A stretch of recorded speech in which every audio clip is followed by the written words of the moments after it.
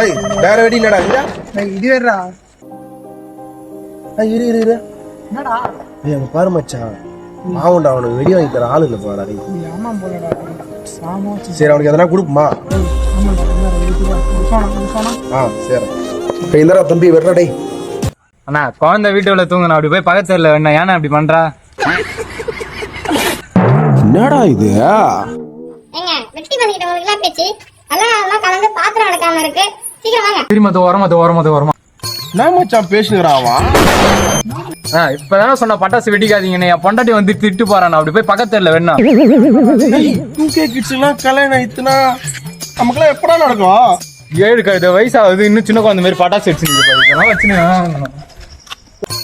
மொட்டை பசங்க தானே நம்ம. இது வச்சுக்கிறாரு. இப்படி போடுறோம்.